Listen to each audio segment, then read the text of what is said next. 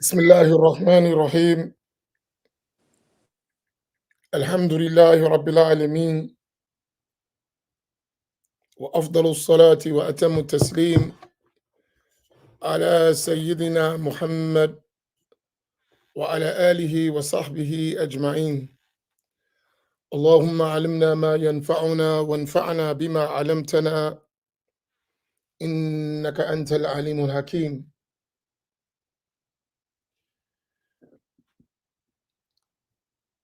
لله تبارك وتعالى. I praise Allah Tabaraka wa Ta'ala. I thank Allah Tabaraka wa Ta'ala.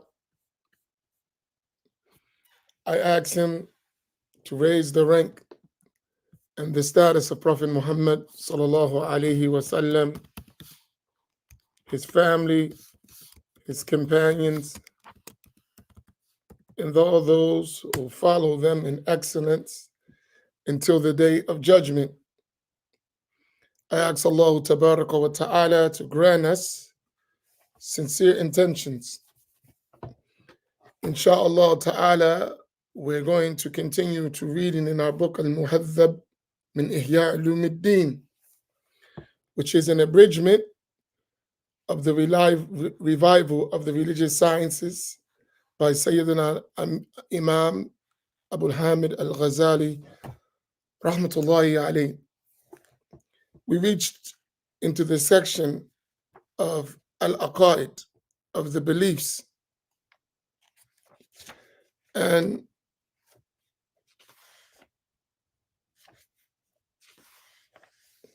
we reached to al-fasl al-thani, the second chapter, التدرج في الإرشاد وتعليم الاعتقاد, which is gradually developing and going in stages in guiding and teaching the creed. And I want to emphasize the importance of the creed of Ahl Sunnati wal Jama'ah, because we're living in a time where we are between two extremes. The extreme of being too excessive in issues of creed, where one goes to extreme to the extent of unjustly considering Muslims as disbelievers. So sometimes to defend the creed, people go to an extreme to make unjust takfir.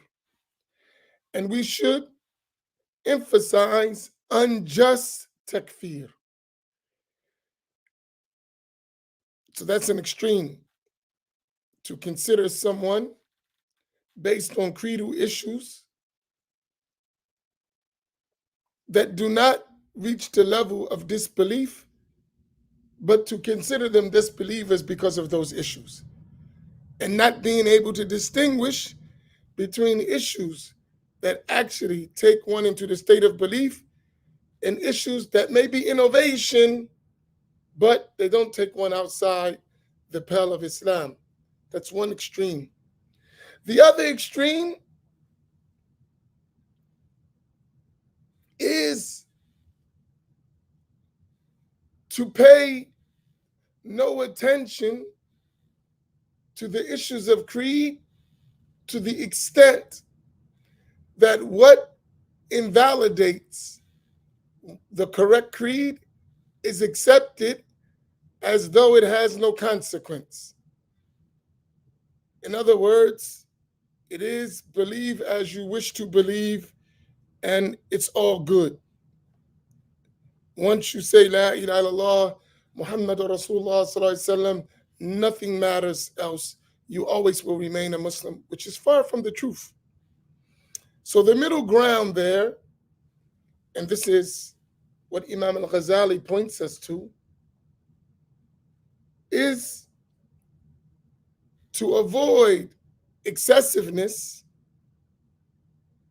And at the same time, to avoid passive, extreme passive approach to deviations in the creed. So we have to lay in between the two. That's balance. Allahu Akbar. And the best way to do that is by learning the creed, not being a fanboy. And I say that intentionally with all due respect. To learn the creed and not be a fanboy, meaning actually learn what we're supposed to believe, not just join clubs. Hence, as I tell many of the people who study with me, and immediately they want to become Sufis. And they want to join a specific Sufi pattern. And my first question is, did you learn thoroughly the creed of Ahl Sunnati wal Jama'ah and the personal obligatory knowledge of the religion? If not, don't join no group. When you learn, then by all means, select wisely. Until you learn and you've been tested, don't join no group. Because that is the making of a fanboy or a fangirl or a groupie. Call them whatever you want. Don't be like that. We've suffered enough from people not learning and just joining.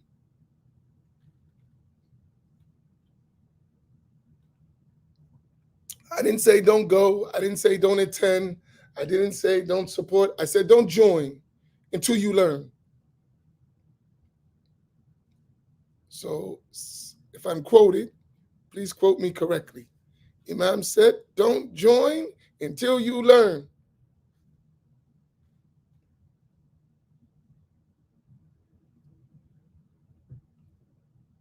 Because they will sign you up easily, which they shouldn't.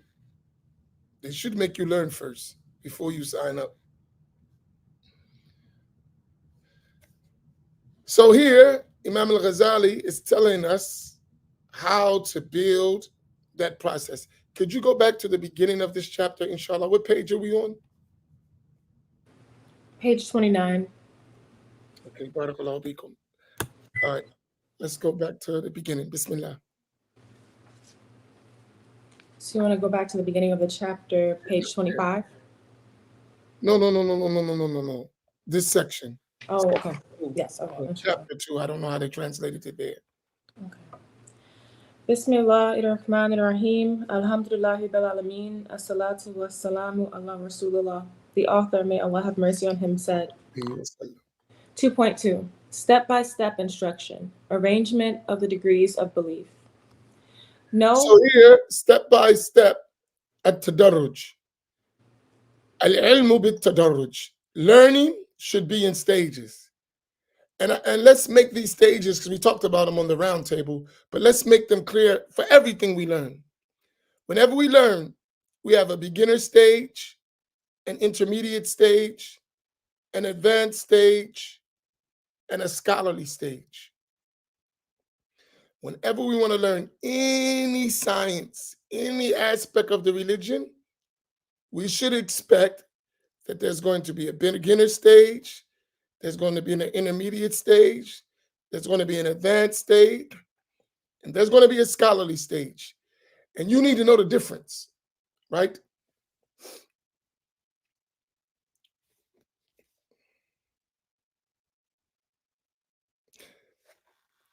And each of us, besides knowing the difference, we need to know our lane, where we're at. And don't consider, no matter what lane you are in, what stage you are at, as to feel bad about that. Say, I'm in this stage and I'm going to work hard till I go to the next stage and to the next stage and to the next stage. Don't put yourself at a stage you're not at, and don't be intimidated from going to higher stages. So this is particularly about the creed. The same thing: beginner level, intermediate level, advanced level, scholarly level. Know that what we have mentioned above about the tenets of faith should be presented to children in their early years in order to be memorized. And here, that's the first stage of the beginner. And children are usually in Imam al-Ghazali's time, because everyone's Muslim, so they're raised up in their family. For us, as converts, many of us, we are in the state of our study in the same position the children would be a beginner in a real society, in a real Islamic society. That means we're in a beginner. We're a beginner. And the first thing beginners should work on is memorizing. If you cannot memorize, you need to read a text repeatedly until it is as if you memorized. So, for the one who's not memorizing, they should read a text, preferably with a teacher, a minimum of 3 times. And on by themselves, that text should be read 3 to 10 times. That's because you didn't memorize. So 3 times with the teacher, right? Then on yourself, by yourself, you should read the text between 3 to 10 times separately from the 3 readings with the teacher. This will make up for the lack of memorization. Repetition will make the knowledge steadfast in your heart, rooted. So, constant repetition. So, we should always be reading, in other words. And at every level, we should be able to read books and comprehend them. And when we read them, as if we're never going to return to them. And if we have to return, that means we need to do more repeating. The meaning of these tenets of faith will become clear to them gradually as they grow older. Right. Memorization. So first, memorizing, preserving it, then stages of development with that knowledge. Go ahead. Memorization of these tenets of faith should come first, then understanding, and then belief, certainty, and assent. So conviction here, at tasdeeq bihi. So here's the stages. First, you memorize. If you don't memorize, you repeat. Memorize or repeat. The foundation is memorization. If you cannot memorize, repetition.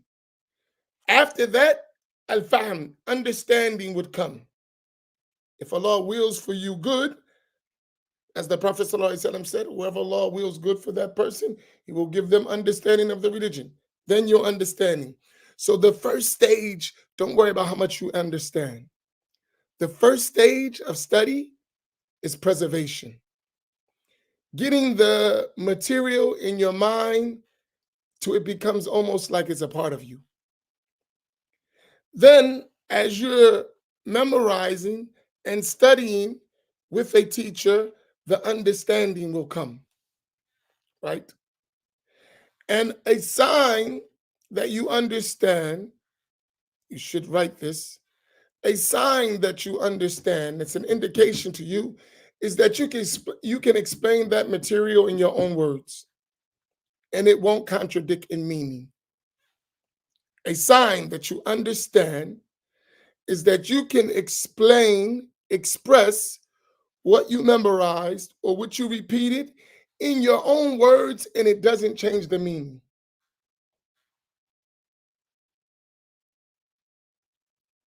We need to get there.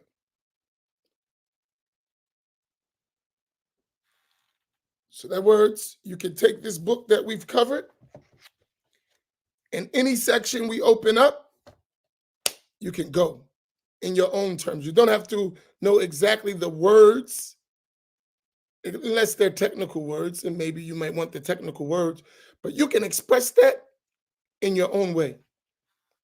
And that's the idea or the ideal method for us, especially in da'wah, right? So when we think of our 3453, that code we use, right? That is really a code for us to express these meanings in our own words. So those numbers, we didn't learn 3453 from no teacher. We learned the meaning of 3453 from teachers and from books. And then from those books, we were thinking, okay, how do we get all these matters to people in the most simplest way we can think of in terms of numbers? Because people memorize numbers.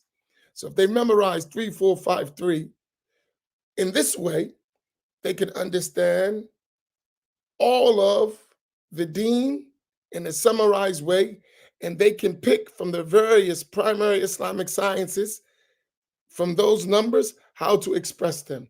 And they can learn from the most important books that the common people need to know. They could pick from those books, and they have their connection to scholarship. And they actually have a practical, when the rubber hits the road, map with the last three. So 3453 is going to take them through the hadith of Jibril, which is the mother of all hadith. From 4, they're going to go to the Ihya of Imam Ghazali, which is going to do with acts of worship, customary practices, removing blameworthy characteristics, adorning themselves with praiseworthy characteristics. 5, so they have Imam al-Ghazali, Hujjatul Islam. So through Imam al-Ghazali, they're going to learn Ash'ari Creed, they're going to learn Shafi'i Fiqh, they're going to learn Tasawwuf. Then they come down to 5, knowledge, practice, scrupulousness, sincerity, fear of Allah. That is the way of Imam al-Haddad.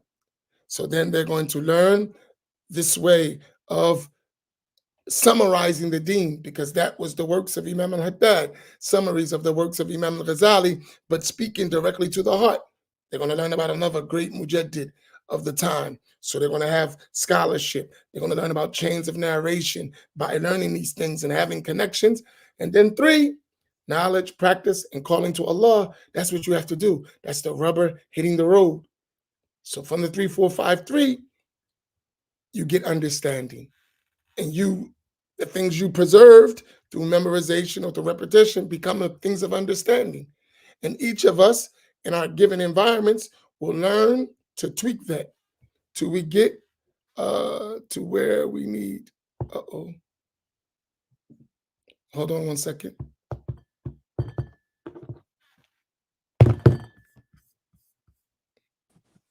Oh, there you go.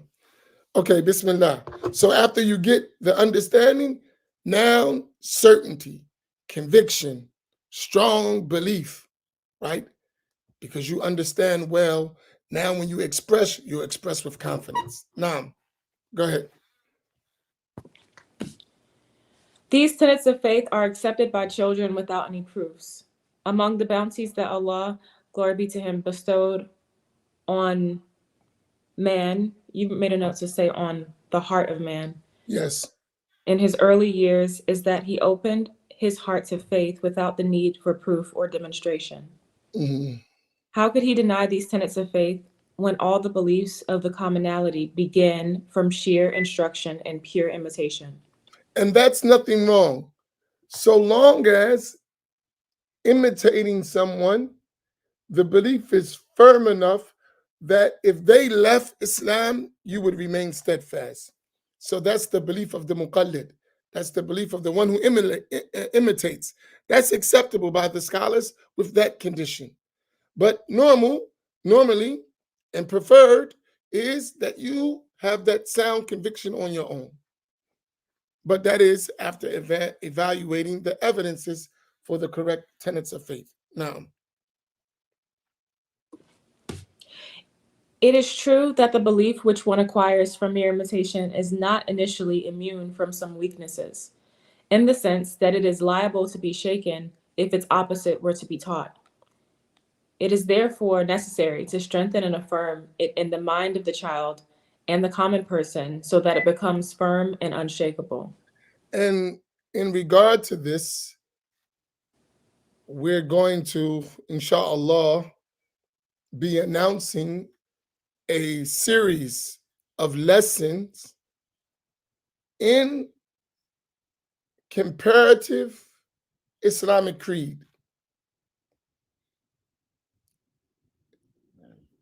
which is to show you the correct creed of Ahl Sunnati wal Jama'ah and expose you to how to distinguish the creed of Ahl Sunnati wal Jama'ah from the various creeds that are spread in the name of Islam that do not coincide with the creed of Ahl Sunnati wal Jama'ah, to identify their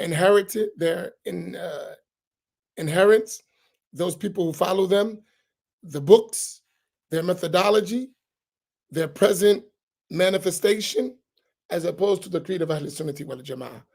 Inshallah, we're looking to begin the first part of that September the 28th, Saturday. All these classes will be in person at Masjid Muhammad in Atlantic City. And it will, in this way,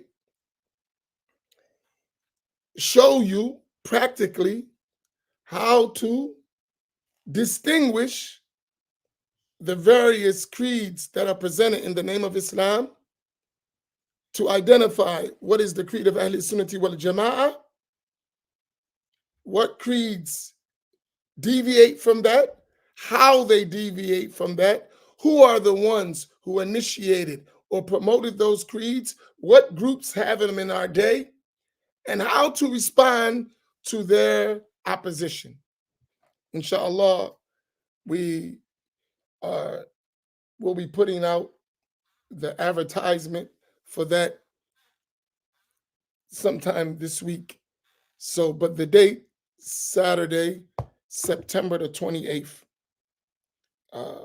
So you got a little under a month to prepare for that. And that'll be part one. It's most likely going to be in 3 parts, but part one is important. In this way, it'll help you become firm because you can identify the opposites. As the learned say, things, all you need is yourself. The text will be me.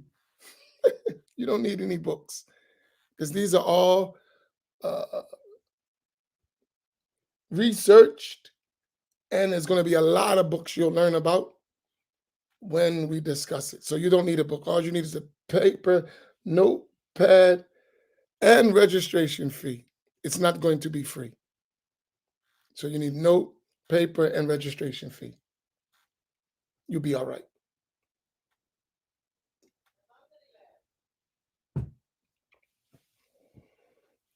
Now, go ahead.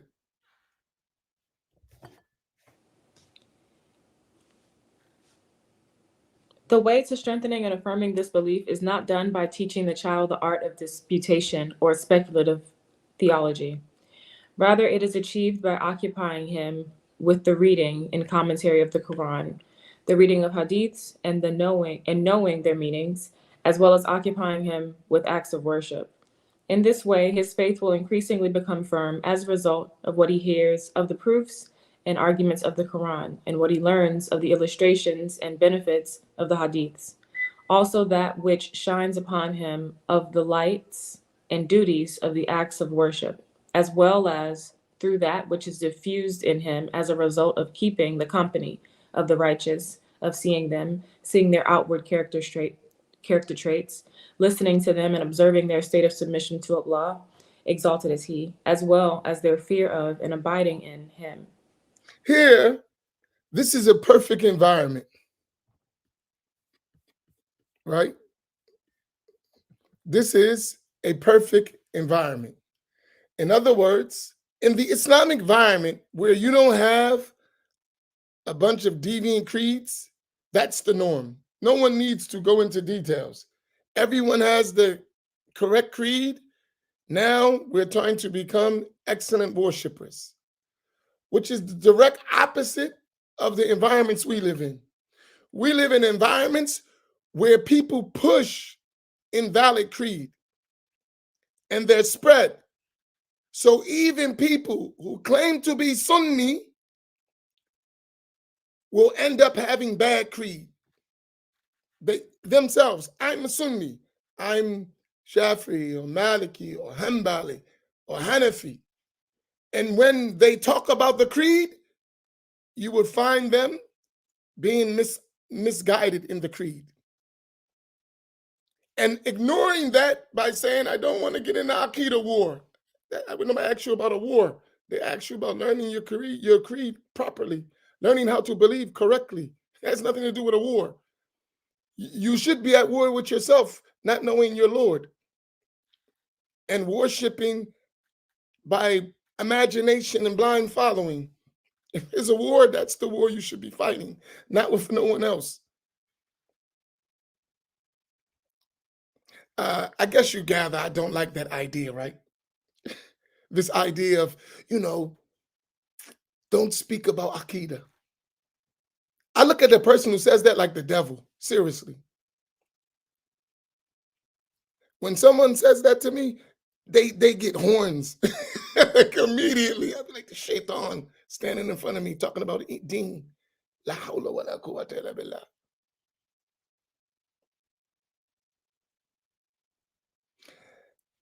And that's dangerous. Do you realize, and because we're talking about this, I'm emphasizing it. Do you realize that the proper creed, the proper belief is the foundational element for you to enter paradise? Do you realize that? Like without the proper belief, that is the thing that will make you miss everlasting felicity in paradise. Who wants to take a chance with that? Who knows better? Of course, someone who doesn't understand, they will play with fire. They don't know it's dangerous. So whatever it takes to acquire the proper belief in Islam, you should take that time. And I'm going to give you another hint.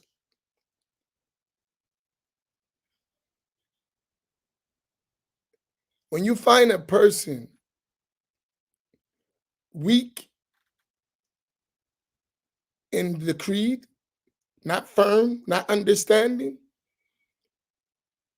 you will find them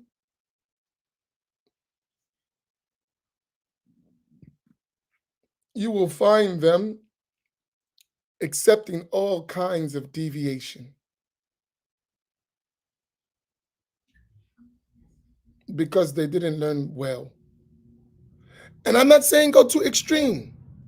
I'm saying learn well. An extreme, I didn't say you call everybody kafir and not knowing the difference, just kafir because you disagree with me. No, that's not it. No. Because some people would promote that. Like, yes, they consider everyone who doesn't agree with the Asharis as kafir. That means you wasn't listening, right? No one said that. And that's the problem. You're not listening.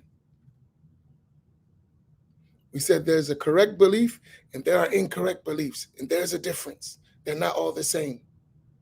And you need to distinguish between the two so you could be a winner on the day of judgment, not so you can join a group. So you could be a winner on the day of judgment, not so you can join a group.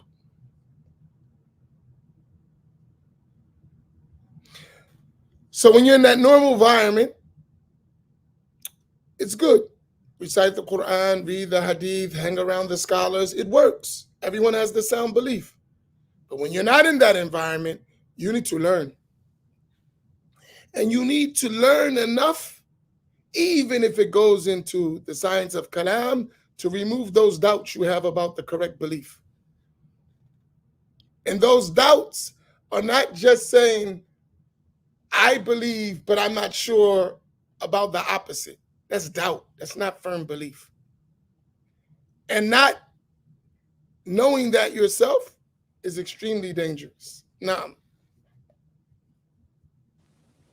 The initial instruction is like planting seeds in the heart, whereas all these measures are like watering and tending these seeds until they grow and become a wholesome, firm tree whose roots are firmly grounded and whose branches are high in the sky.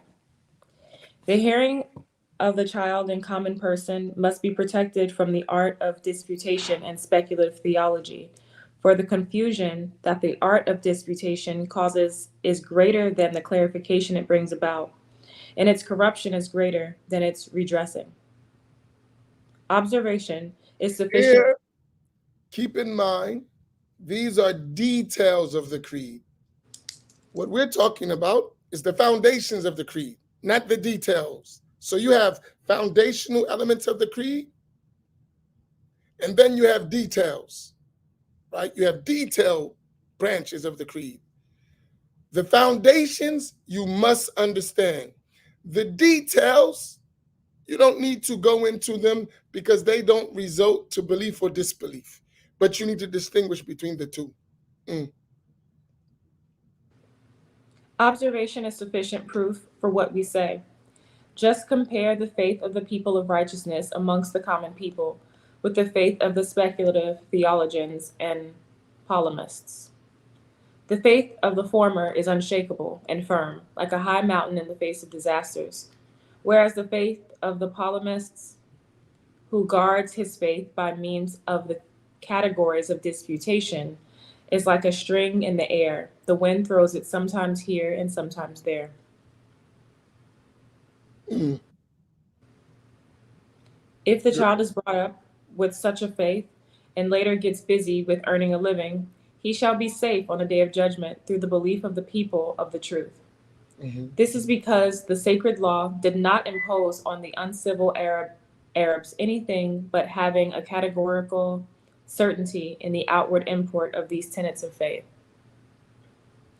They were never required to make detailed inquiries or go out of their way to establish proofs for them.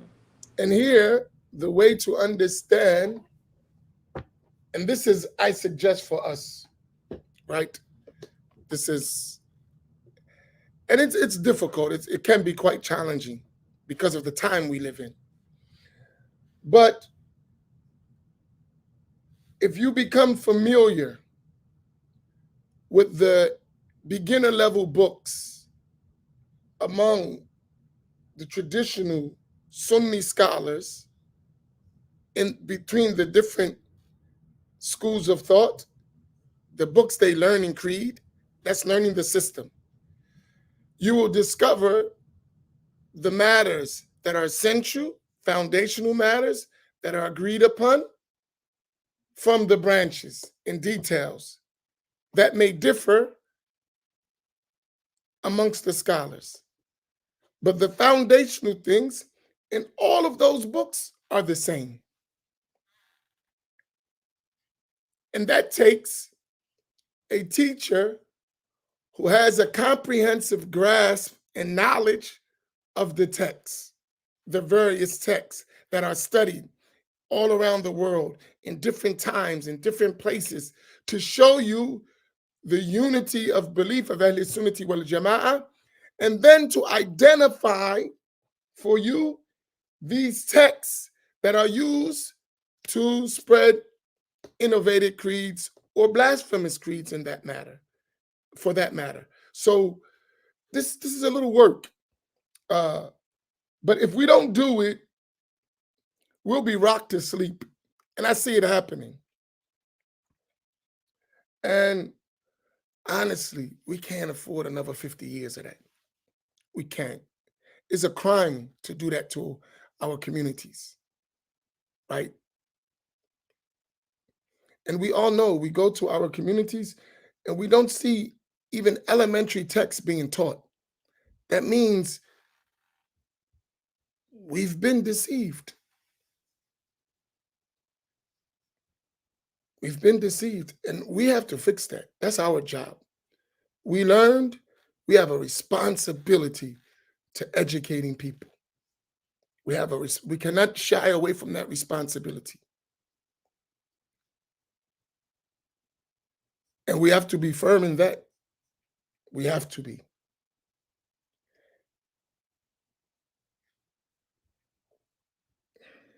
Especially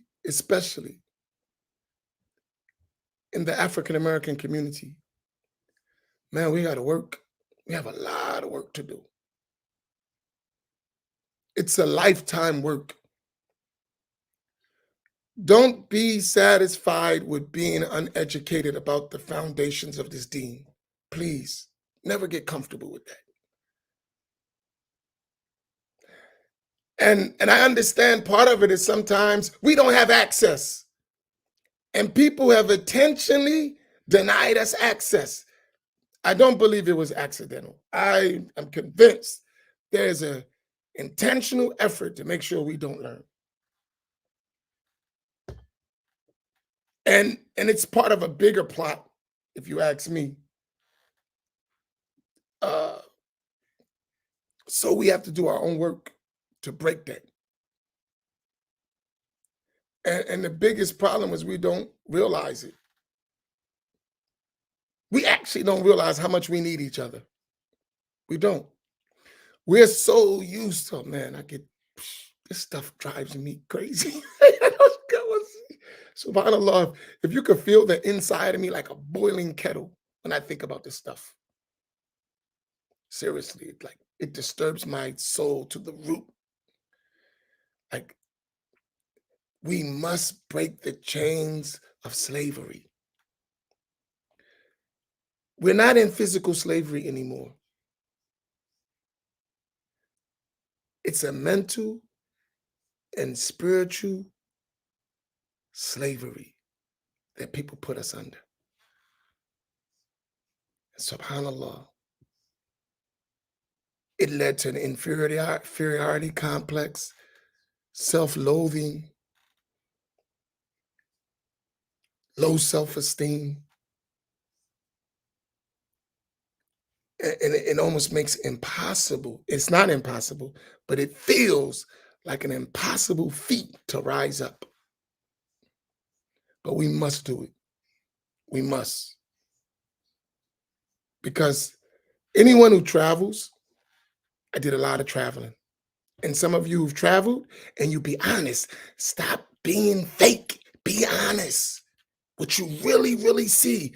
I got your lofty, smooth, silky opinion, but that's great. But what do you really see? I know you look at a dead corpse and you say, man, them nails on that animal is so pretty. I know, but it's still a dead corpse. I know the nails is nice and pretty, and maybe the teeth is nice and shiny, but that's a dead corpse, bro. So I got what you see, but it's a dead corpse, bro.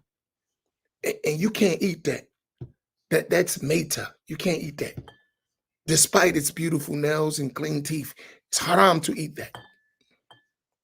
So don't highlight those things without telling me it's pretty, but you can't eat that. It's haram. Don't eat that. Y'all get the analogy? Did you get the dead corpse analogy?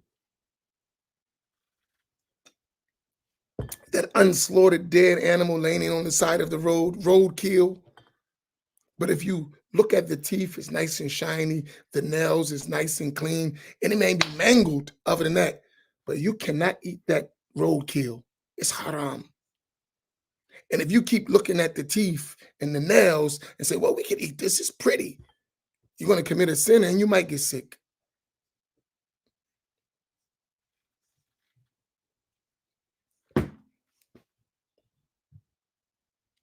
That's deviant creed and blasphemous creed. It is that decaying roadkill corpse on the side of the road with pretty teeth and nice nails.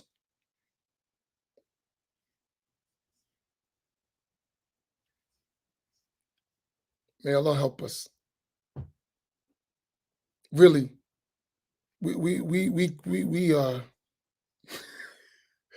Don't eat that. If you want to eat anything, don't eat that. It may spoil you your hereafter.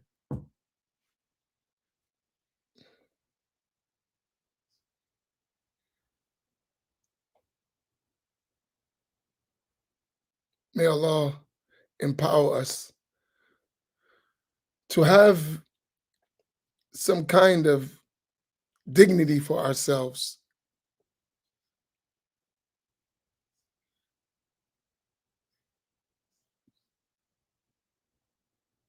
Especially in the centers of our religion.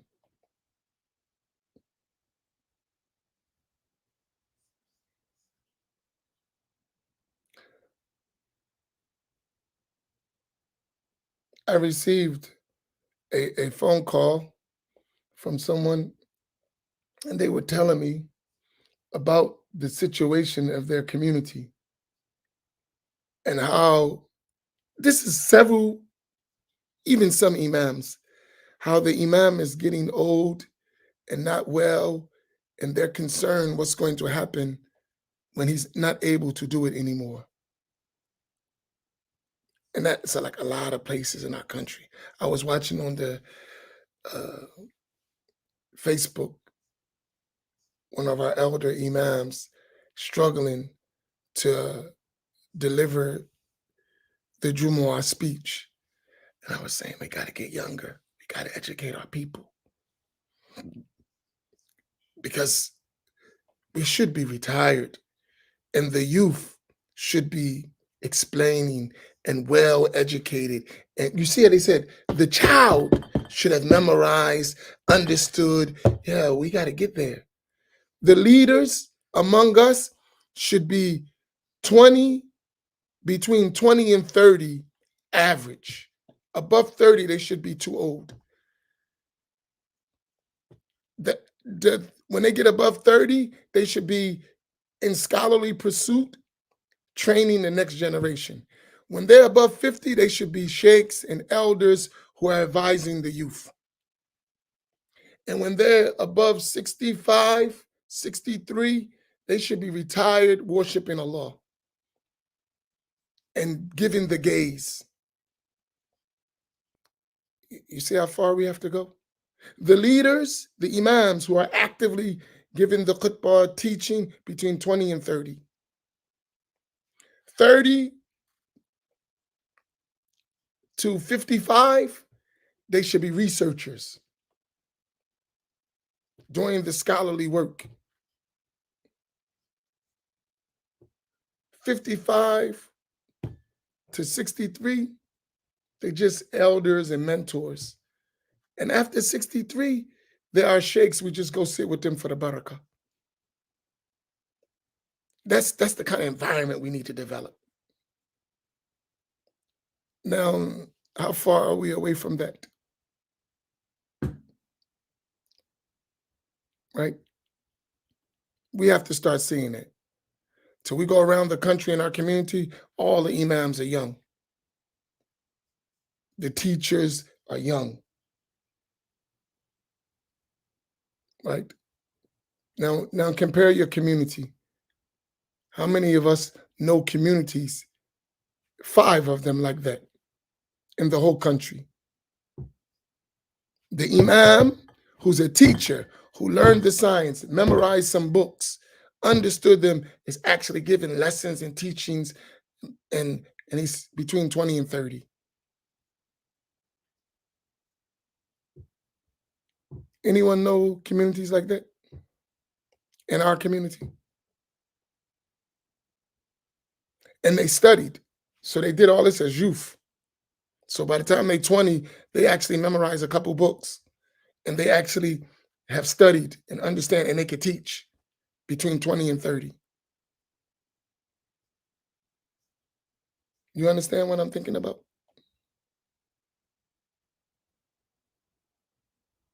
We have work to do. And us that are older, we have to facilitate that. Right? We have to facilitate that. And a lot of students, I'm telling you firsthand, they going overseas and they playing games. Don't be fooled. They vacationing. They're not studying. Not to what we're talking about at all. And the dalil of it is the foreigners outside of African American culture. They're going overseas, They're coming back, they're paid, they're in positions, they're giving fatwas, and the same brothers who was over there studying with them coming back being servants to them. That's a problem. Oh yeah, he was getting it. What about you? What do you mean he was getting it? What was you doing? You've been overseas for 10 years and we can't rely on you for judgments, for rulings, for understanding. What were you doing for 10 years, bro? We can't even trust you to teach a basic book. We got to watch you. No, this is not acceptable. We got to guard. You don't know what he might come up with. Watch him. Come on, man. Stop. No, and we know what, and that's how serious it is. Because I see him. I don't mention no names, but I'm watching this kid come back and we kissing his hand. What you kissing his hand for? That's good, but why he ain't kissing your hand? You following him around. He was overseas at the same time as you. What the heck you was doing? What was you doing?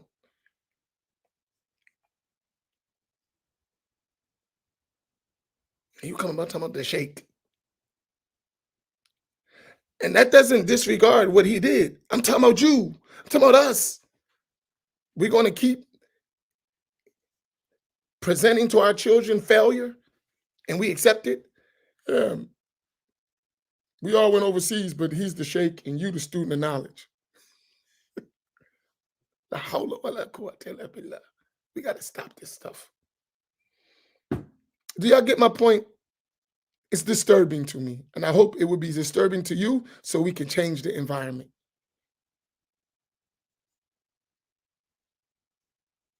Inshallah. And then we equally, as a collective ummah, move forward. But as long as we are the lower class, we're going to be the servants of others, never the brothers and sisters and, cooperative partners of others. We're always going to be the servant class. And I don't think we came to Islam to be the servants of others. I think we came to Islam to be the servants of Allah with dignity and honor.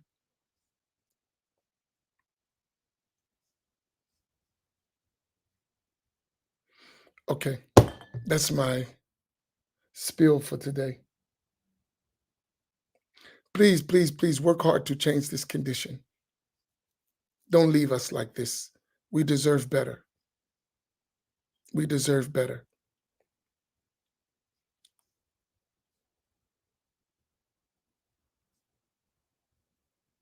Really, we deserve better. May Allah grant it. Don't do our offspring like this. Don't put them in the state we're in. Please. Work hard wherever you may be. And voices that can talk, talk. Voices, talk with knowledge. I ain't saying just talk, but actually know what you're talking about and talk. We need as many voices as we can to inspire us to higher ranks and levels. Right? We have to get out of survival mode. Wa sallallahu ala Sayyidina Muhammad wa ala alihi wa sahbihi ajma'in. Inshallah, we'll see y'all tomorrow. Tomorrow morning, and we'll continue, inshallah. Barakallahu bikum. Wassalamu alaikum wa rahmatullahi ta'ala wa barakatuhu.